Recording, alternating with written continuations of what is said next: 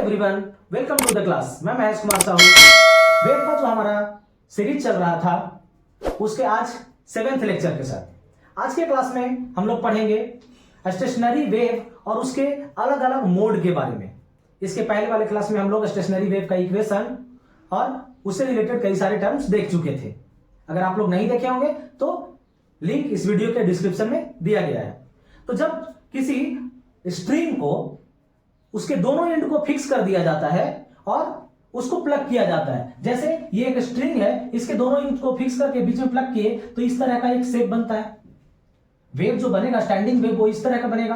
अगर इस पॉइंट पर प्लग किए तो वेव का स्टैंडिंग वेव जो बनेगा वो इस तरह का बनेगा। तो अलग अलग तरह के वेव बनते हैं अगर अलग अलग पॉइंट पर उसको प्लग किया जाए तो जो अलग अलग तरह का जो मोड बनेगा, जिसको हम लोग first harmonic, second harmonic, third harmonic इस तरह से नाम देते हैं और अलग अलग फ्रीक्वेंसी निकालते हैं। फर्स्ट हार्मोनिक का फ्रीक्वेंसी क्या होगा, सेकेंड हार्मोनिक का फ्रीक्वेंसी क्या होगा, इस तरह से फ्रीक्वेंसी निकालते हैं। nth हार्मोनिक का फ्रीक्वेंसी क्या होगा। और इसके अलावा आज देखेंगे हम लोग, अगर कोई पाइप है जिसका एक एंड ओपन है और दूसरा एंड फिक्स है, तो इसमें इसके अंदर एयर है तो एयर कॉलम का जो वाइब्रेशन होगा, अगर इसको वाइब्रेट करे इसके एयर कॉलम को, तो ये क्या करेगा, एयर वाइब्रेट करके हुए नीचे जाएगा फिर वापस आएगा, तो ये भी एक तरह का रिफ्लेक्शन बनाएगा, स्टेशनरी वेव बनाएगा। जब ये वेव नीचे गया, फिक्स से टकराया और ऊपर आया तो ये भी क्या बनाएगा, एक तरह का स्टेशनरी वेव बनाएगा। तो इस तरह के वेव को, इसके फ्रीक्वेंसी को, इस तरह के फ्रीक्वेंसी जो बन रहे हैं इसको हम लोग बोलते हैं रेजोनेंस फ्रीक्वेंसी। तो इस पूरे आज के क्लास में हम लोग ये पूरा टर्म देखेंगे। तो चलिए आज का क्लास हम लोग स्टार्ट करते हैं। तो टॉपिक है हमारे पास स्टेशनरी वेव एंड मोड्स। अगर हम लोग एक स्ट्रिंग को ऐसा इसके एक एंड को इधर फिक्स किए और इसके दूसरे एंड को इधर भी फिक्स कर देते हैं और इस तरह से इसको एक खींच करके छोड़ देते हैं इसको, तो ये क्या बनाएगा, एक वेव बनाएगा। और कैसा वेव बनाएगा, स्टैंडिंग वेव बनाएगा, स्टेशनरी वेव बनाएगा। और इसके पहले वाले क्लास में हम लोग देखे थे स्टैंडिंग वेव और स्टेशनरी वेव के बारे में, जिसमें नोड, एंटी नोड, उसके इक्वेशन, स्टेशनरी वेव का इक्वेशन, ये सब कुछ हम लोग देख चुके हैं। तो जब इसको इस तरह से प्लग किया जाता है तो इसको जब प्लग करके छोड़ देंगे तो ये क्या हो जाएगा, ये कुछ इस तरह से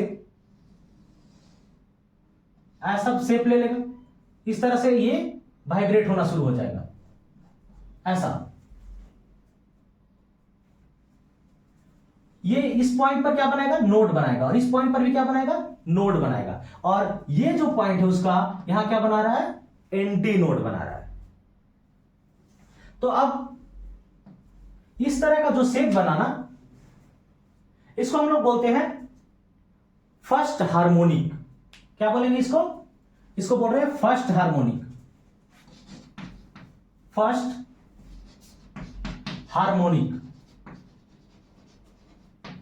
या इसको हम लोग ये भी बोलते हैं फंडामेंटल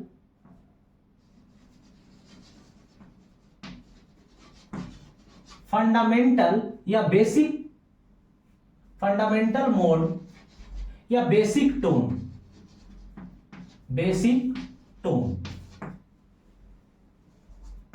बेसिक टोन ऐसा। अब इसका फ्रीक्वेंसी हम लोग निकालना चाहते हैं कि इसका फ्रीक्वेंसी क्या आएगा फर्स्ट हार्मोनिक में या फंडामेंटल मोड में। जो हमारे पास फ्रीक्वेंसी आएगा उसका वैल्यू क्या आएगा। हम लोग रिलेशन पहले से देख चुके हैं, lambda equals to speed into time. Lambda जो होता है वो स्पीड इंटू टाइम के, लैम्डा क्या है, डिस्टेंस, तो distance equal to speed into time. और टी को इधर लेकर आए तो v इक्वल्स टू क्या हो गया, लैम्डा बाई टी ऐसा। इस t को हम लोग 1 बाई टी को फ्रीक्वेंसी लिख सकते हैं, तो ये हम लोग ऐसा भी लिख सकते हैं, v equals to frequency into lambda. या लैम्डा इक्वल्स टू क्या लिख सकते हैं, v बाई फ्रीक्वेंसी। ये सारे रिलेशन हो गए हमारे पास। यहां से फ्रीक्वेंसी इक्वल्स टू क्या हो जाएगा, फ्रीक्वेंसी इक्वल्स टू हो जाएगा v बाई लैम्डा। अब फर्स्ट हार्मोनिक के लिए या फंडामेंटल मोड के लिए यहां से नोड से हम लोग पिछले क्लास में देख चुके हैं कि दो कंसेक्यूटिव नोड के बीच का जो डिस्टेंस होता है वो कितना होता है, λ/2 होता है। कितना होता है, λ/2 होता है। या हम लोग यहां से अगर इसको एक और ग्राफ बनाते हैं तो देखिए इस तरह से बनता ऐसा, तो यहां तक का डिस्टेंस क्या होता है, लैम्डा होता है। इस तरह से ये आगे बढ़ता तो यहां से यहां तक लैम्डा, तो ये कितना है, λ/2। तो ये जो स्ट्रिंग का लेंथ हो गया वो कितना हो गया, λ/2, या इसको L मान लेते हैं लेंथ को। तो हमारे पास फर्स्ट हार्मोनिक के लिए क्या हो गया, फर्स्ट हार्मोनिक के लिए हो गया L = λ/2। तो यहां से लैम्डा इक्वल्स टू क्या हो जाएगा, लैम्डा इक्वल्स टू हो जाएगा 2L। तो यहां से फ्रीक्वेंसी का वैल्यू क्या हो जाएगा, तो फ्रीक्वेंसी का हमारे पास वैल्यू हो जाएगा, फर्स्ट हार्मोनिक का इसलिए μ1 लिख रहे हैं, μ1 frequency of 1 equal to V। अच्छा V का वैल्यू क्या होता है, V का वैल्यू हम लोग पहले देख चुके हैं, √T/μ, और ये हो गया 1/λ। तो यहां से V/λ का वैल्यू कितना है, 2L। ये हो गया फंडामेंटल फ्रीक्वेंसी।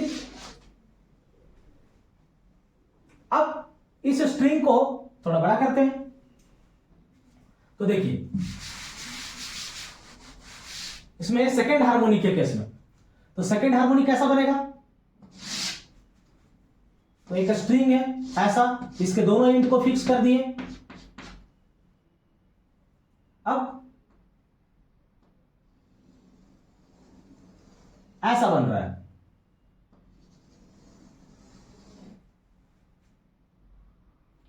इस बार इसका जो स्ट्रिंग का लेंथ है वो कितना है, तो इस बार तो लैम्डा है, तो लैम्डा इक्वल्स टू क्या हो गया, L। इसको हम लोग बोल रहे हैं फर्स्ट ओवरटोन, इसको क्या बोलेंगे, फर्स्ट ओवरटोन, या इसको सेकेंड हार्मोनिक। फर्स्ट ओवरटोन या सेकेंड हार्मोनिक बोल रहे हैं। तो लैम्डा का वैल्यू यहां पर L हो गया। तो अब हमारे पास फ्रीक्वेंसी ऑफ सेकेंड हार्मोनिक कितना हो जाएगा, तो ये हो जाएगा V/λ। तो V/λ यानी कि V/L, या हम लोग ऐसा लिख सकते हैं इसको 2V/2L। और V/2L क्या है, फर्स्ट हार्मोनिक का फ्रीक्वेंसी है। तो यहां से μ2 frequency of second harmonic equals to, ऐसा लिख सकते हैं 2 into frequency of first harmonic. इसी तरह से हम लोग अगर थर्ड हार्मोनिक को देखें, तो थर्ड हार्मोनिक कैसा दिखाई देगा, तो देखिए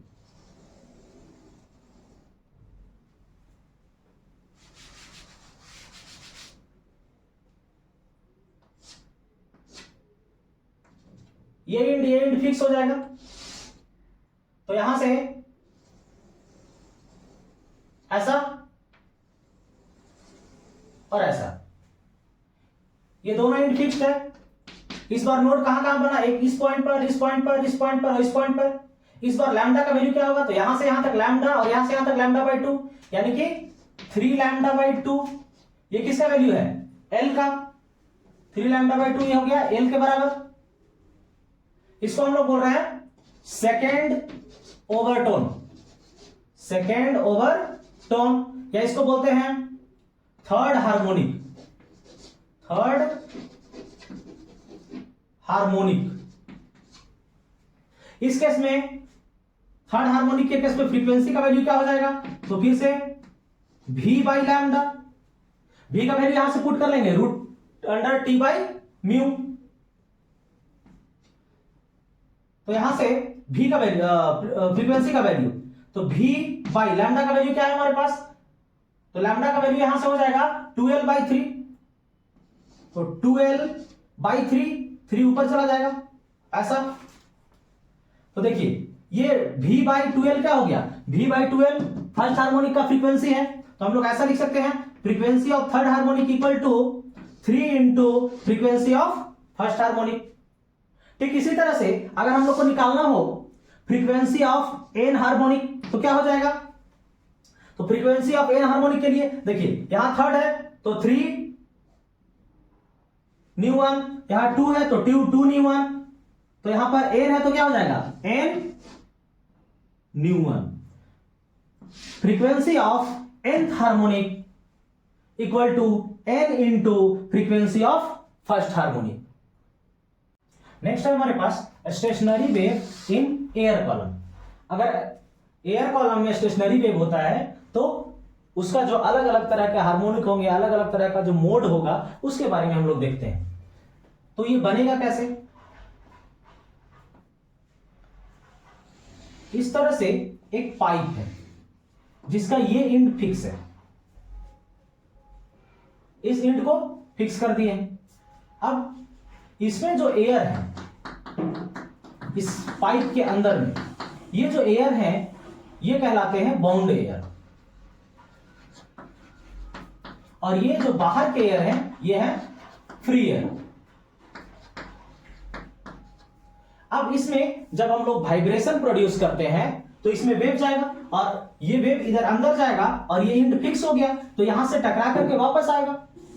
और जब एक वेव जा रहा हो और वापस टकरा करके आ रहा हो तो इस तरह के जो वेव बनते हैं उसको हम लोग क्या बोलते हैं? Standing wave. रिफ्लेक्ट करके वापस आ रहा है तो इस तरह का वेव क्या कहलाएगा? स्टैंडिंग वेव कहलाएगा। अब इसको वाइब्रेट कैसे करेंगे? तो आप लोग फिजिक्स लैब में देखे होंगे एक तरह का, ये एक तरह का इंस्ट्रूमेंट इस तरह का देखे होंगे, इसको बोलते हैं हम लोग ट्यूनिंग फॉर्क। इसमें क्या होता है? तो इससे हीट किया जाता है, एक रबर बैंड होता है जिसको हम लोग हीट करते हैं, और हीट करते हैं तो ये वाइब्रेट करता है इस तरह से, इधर आएगा, ये इधर जाएगा, ये फिर ये नीचे आएगा, इस तरह से। जब ये इसको हीट करते हैं तो क्या होगा? ये हीट करने के बाद ये अपने बगल वाले एयर को हीट करेगा तो इसका बगल वाला एयर क्या हो जाएगा? कंप्रेस हो जाएगा। ये इसके बगल वाला एयर कंप्रेस होगा तो यहां कंप्रेशन, फिर यहां रेयरफैक्शन, फिर कंप्रेशन, इस तरह से जो वेव है वो आगे बढ़ता है। तो इसको हम लोग यहां ला करके रखेंगे तो ये क्या होगा? ये बॉन्ड एयर को क्या करेगा? वाइब्रेट करवाएगा, और वाइब्रेट करवाएगा तो ये कंप्रेस, रेयरफैक्शन, कंप्रेशन, रेयरफैक्शन होते हुए नीचे आएगा, ये नीचे होने से ऊपर जाएगा तो यहां क्या बनाएगा? स्टैंडिंग वेव बनाएगा। अब ये जो स्टैंडिंग वेव बनाएगा इसमें ये जो इसका फ्री एंड है तो फ्री एंड के पास कभी भी नोड नहीं बनता है। अगर एयर का जो कॉलम है यहां फ्री है तो यहां नोड नहीं बनेगा, यहां क्या बनेगा? एंटी नोड बनेगा। और ये फिक्स एंड है तो यहां पर क्या बनेगा? नोड बनेगा। तो इसका जो पहला केस है, जब यहां से एयर आया तो फर्स्ट हार्मोनिक के लिए, फॉर फर्स्ट हार्मोनिक,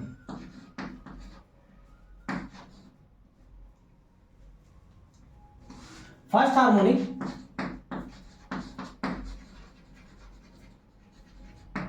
तो फर्स्ट हार्मोनिक के केस में ये क्या होगा? तो यहां एक एंटी नोड बनाएगा और यहां एक नोड बनाएगा इस तरह से, ऐसा।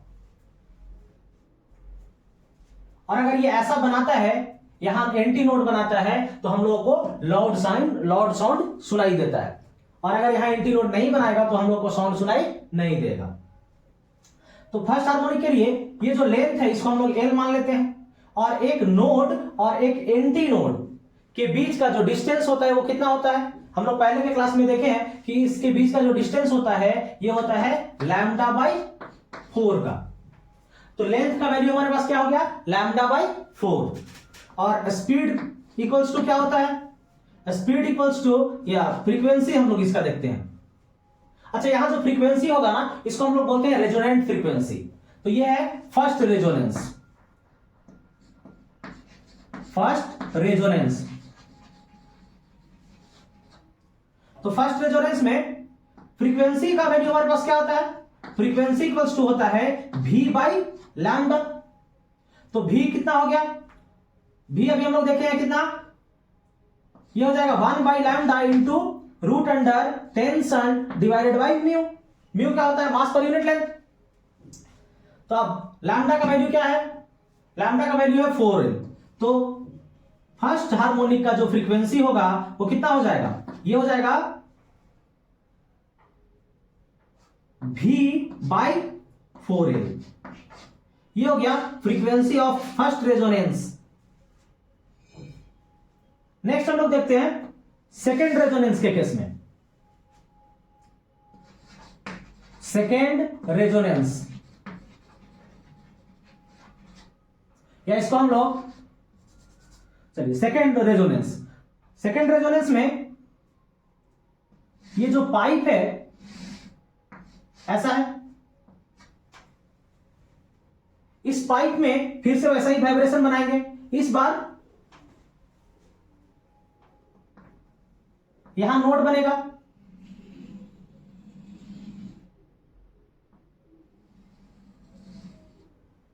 ऐसा।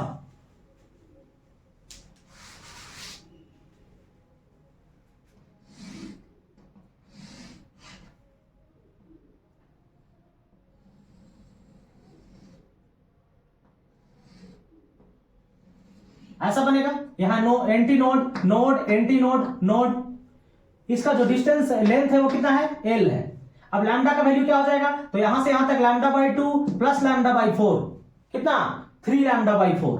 तो 3 लैम्डा बाई 4। लेंथ का वैल्यू कितना हो गया, 3 लैम्डा बाई 4। तो लैम्डा कितना हो जाएगा, लैम्डा हो जाएगा 4L बाई 3। अब फ्रीक्वेंसी कितना हो जाएगा, तो फ्रीक्वेंसी ऑफ सेकेंड रेजोनेंस कितना हो जाएगा, सेकेंड रेजोनेंस के लिए V बाई लैम्डा। तो लैम्डा का वैल्यू है 4L बाई 3, तो 3 ऊपर चला जाएगा। तो इसको हम लोग ऐसा लिख सकते हैं, frequency of second resonance equal to V by 4L क्या होता है, फ्रीक्वेंसी ऑफ फर्स्ट रेजोनेंस। तो frequency of first resonance into 4, ऐसा। हम लोग देखते हैं आगे थर्ड रेजोनेंस।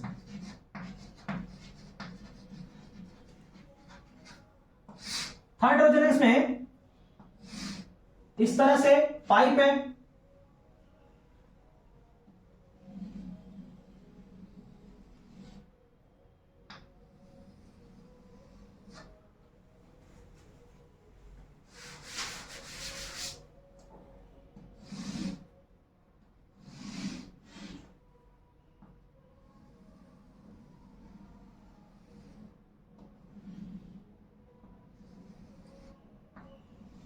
ऐसा बनाएगा। यहां नोड, नोड, नोड, या एंटी नोड, एंटी नोड और एंटी नोड। इसका लेंथ L है। अब इसका वेवलेंथ कितना हो जाएगा, लैम्डा के टर्म में लेंथ कितना हो जाएगा, तो यहां से यहां तक लैम्डा, और यहां से लैम्डा बाई 4, यानी कि 5 लैम्डा बाई 4। तो L का वैल्यू हो गया 5 लैम्डा बाई 4। तो lambda equals to 4L by, lambda equals to क्या हो गया, 4L बाई 5, ऐसा। तो फ्रीक्वेंसी क्या हो जाएगा, तो फ्रीक्वेंसी हो जाएगा, frequency of third resonance equals to V by lambda. तो लैम्डा का वैल्यू 4L बाई 5, तो 5 ऊपर चला जाएगा। तो frequency of third resonance equal to 5 into V by 4L क्या होता है, फ्रीक्वेंसी ऑफ फर्स्ट रेजोनेंस, ऐसा। इसी तरह से अगर हम लोग निकालेंगे फ्रीक्वेंसी ऑफ फोर्थ रेजोनेंस, ये कितना हो जाएगा, ये हो जाएगा 7 into frequency of first resonance. तो अगर फ्रीक्वेंसी ऑफ nth रेजोनेंस निकालेंगे तो ये क्या हो जाएगा, 2n minus 1 into frequency of first resonance. ये अगर इसके वन एंड को फिक्स किया गया था, तो अब बुक में देखे होंगे, फिगर आपको दिखाई दे रहा होगा कि यहां पर थोड़ा सा पानी भरा हुआ रहता है, फिर वाटर से फिल कर दिया जाता है इसको, क्यों, ताकि इसके लेंथ को एडजस्ट कर सके हम लोग। तो यहां पर अगर इस तरह से पाइप बनाएंगे, यहां थोड़ा पानी भर दिए, अब यहां से ये क्या हो गया, इसका ये फिक्स हो गया, तो फिक्स हो गया तो यहां से इस तरह से बनेगा। तो अब इसमें हम लोग इसको कम ज्यादा करने के लिए क्या करेंगे, पानी को निकाल देंगे बाहर, या पानी को ज्यादा डालेंगे। तो इस तरह का फिगर बना हुआ देखे होंगे आप। इसके अलावा एक ऐसा पाइप भी होता है जिसके दोनों एंड फ्री हो। तो अगर दोनों एंड फ्री होगा तो क्या होगा, यहां भी एंटी नोड बनेगा और नीचे भी एंटी नोड बनेगा, ऐसा। और बाकी बीच में नोड्स बन सकते हैं इस तरह से। अगर फर्स्ट केस को देखें तो ऐसा बनेगा, दोनों के पास एंटी नोड, यहां से लेंथ हो जाएगा और यहां से यहां तक के बीच का डिस्टेंस है, यहां से यहां तक λ/4, यहां से यहां तक λ/4, तो कितना हो जाएगा λ/4 प्लस λ/4 λ/2, तो यहां L इक्वल टू λ/2। तो इस केस में भी हम लोग फ्रीक्वेंसी निकाल सकते हैं अलग अलग रेजोनेंस के लिए। क्लियर है? नेक्स्ट है हमारे पास बीट्स। तो समझते हैं बीट्स क्या होता है। हम पिछले क्लास में बताए थे कि जब भी दो वेव का सुपरपोजिशन होगा तो सुपरपोजिशन से इसके 3 इफेक्ट होंगे, इंटरफेरेंस, बीट्स और स्टैंडिंग वेव। तो हम लोग स्टैंडिंग वेव देख चुके हैं। आज हम लोग देखेंगे बीट्स। बीट्स क्या होता है? तो जब कोई दो वेव सेम डायरेक्शन में चल रहे हो, सेम डायरेक्शन सेम होना चाहिए, एम्पलीट्यूड ये भी सेम होना चाहिए और डायरेक्ट फ्रीक्वेंसी ये स्लाइटली डिफरेंट होना चाहिए, स्लाइटली डिफरेंट। जैसे एक का फ्रीक्वेंसी अगर न्यू1 है और दूसरे का फ्रीक्वेंसी न्यू2 है, F1 या F2 है, तो उन दोनों के बीच का जो डिफरेंस है वो 5 हर्ट्ज, 10 हर्ट्ज, 11 हर्ट्ज, अलग अलग बुक में अलग अलग तरह के दिए हुए हैं। कहीं 16 हर्ट्ज दिया हुआ है, कहीं 10 हर्ट्ज दिया हुआ है। तो ये जो डिफरेंस है दोनों वेव का फ्रीक्वेंसी का वो बहुत छोटा हो। ऐसा नहीं हो कि 100 हर्ट्ज हो गया या 30 हर्ट्ज हो गया, तब हम लोग को बीट्स सुनाई नहीं देगा। अब बीट्स होता क्या है? जैसे एक वेव पहले से चल रहा था, ये y1 हमारे पास एक वेव है, ये पहले से चल रहा था। अब दूसरा वेव आया y2 और इसी के रास्ते में आया, इन दोनों का सुपरपोजिशन हुआ और सुपरपोजिशन हुआ तो इन दोनों का क्या है, जो फ्रीक्वेंसी का डिफरेंस है उसकी वजह से एक अलग साउंड सुनाई देगा। ये जो y1 वेव है इसका साउंड अलग है। मानकर चलिए कि इसका 255 हर्ट्ज है फ्रीक्वेंसी, इसका 250 हर्ट्ज है फ्रीक्वेंसी, ये सेकेंड वेव का। अब अगर इसको अलग चलाएं, ये साउंड को हम लोग अलग सुने तो ये अलग सुनाई देगा, ये अलग सुनाई देगा अगर इसको स्टार्ट किए तो। अब दोनों को अगर एक साथ स्टार्ट कर दें, जैसे हम लोग म्यूजिक में देखते हैं, अगर दो गिटार वाले हैं, दोनों एक साथ बजाना शुरू किए तो दोनों के बीच का जो डिफरेंस है थोड़ा वो सुनाई देता है। तो जब और दोनों को जब एक साथ अगर चलाएं तो ये क्या करेंगे, दोनों वेव एक दूसरे के पाथ को इंटरफेयर करेंगे, सुपरपोजिशन होगा दोनों वेव का, और जब सुपरपोजिशन होगा तो एक नया वेव बनता है। तो इस तरह का बनता है, इसका भी हम लोग मैथमेटिकल इक्वेशन देखेंगे। तो इस तरह का बनता है जिसमें ये ऊपर वाला जो पार्ट है ये कहलाता है बीट। जैसे यहां से यहां से यहां तक हाफ, यहां से यहां तक हाफ, यहां से यहां तक हाफ, ये हाफ बीट है, यहां से यहां तक 1 बीट है। तो हम लोग को एक बीट सुनाई देता है। जैसे कभी इस फ्रीक्वेंसी को साउंड चलाइए, फिर इस फ्रीक्वेंसी को चलाइए और उसके बाद दोनों को एक साथ चलाइए। जब दोनों को एक साथ चलाएंगे ना तो एक लाउड साउंड सुनाई देता है। जो बीट्स हम लोग को सुनाई देता है वो लाउड साउंड के साथ सुनाई देता है। तो इसका मैथमेटिकल इक्वेशन देखते हैं हम लोग।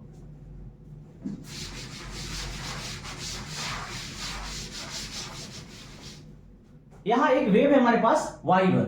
अगर y1 का जो इक्वेशन है वो कुछ ऐसा है, a sin omega T minus kx। तो फ्रीक्वेंसी अलग है तो ये ω1 अलग हो जाएगा और k1x।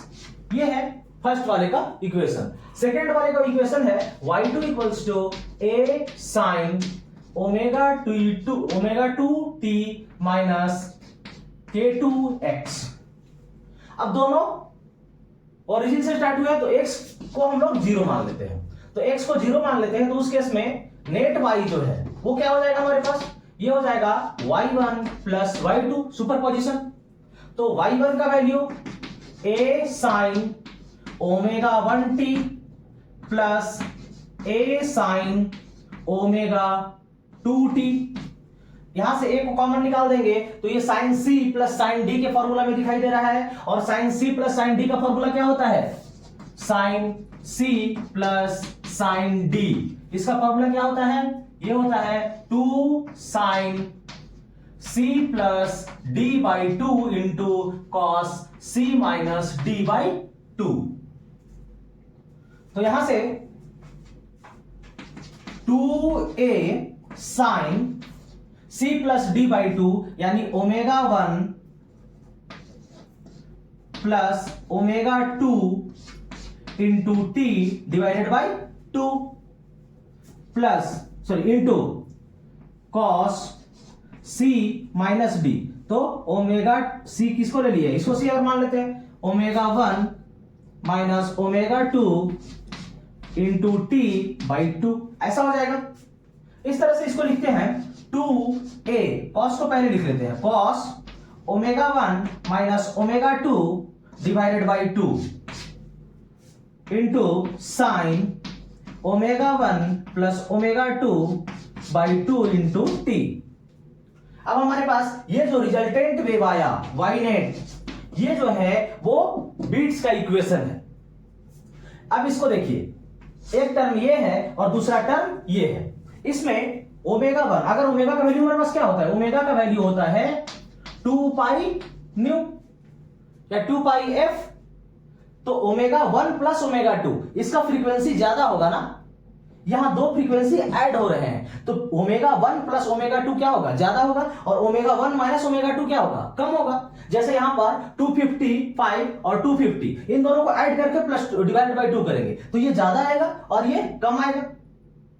तो जब ये कम आएगा यानी कि ये 1 सेकेंड में बहुत कम चलेगा, मतलब इसका जो फ्रीक्वेंसी होगा, फ्रीक्वेंसी क्या होता है 1 बाई टाइम पीरियड, तो number of cycle per unit time यही होता है। तो एक सेकेंड में इसका जो साइकिल होगा वो कम होगा।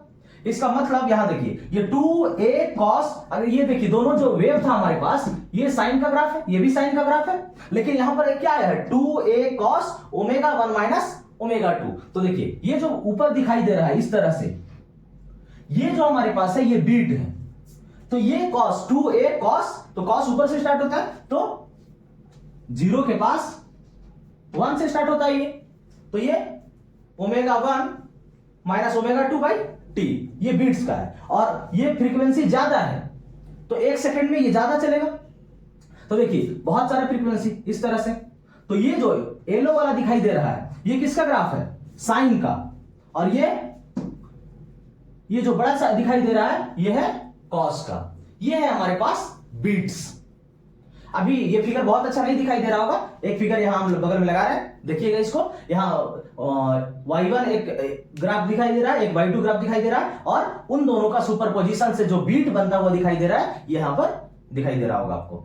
आज का क्लास इतना ही, आगे देखते हैं हम लोग नेक्स्ट क्लास में। अगर वीडियो अच्छा लगा हो तो लाइक शेयर और सब्सक्राइब करना ना भूलें।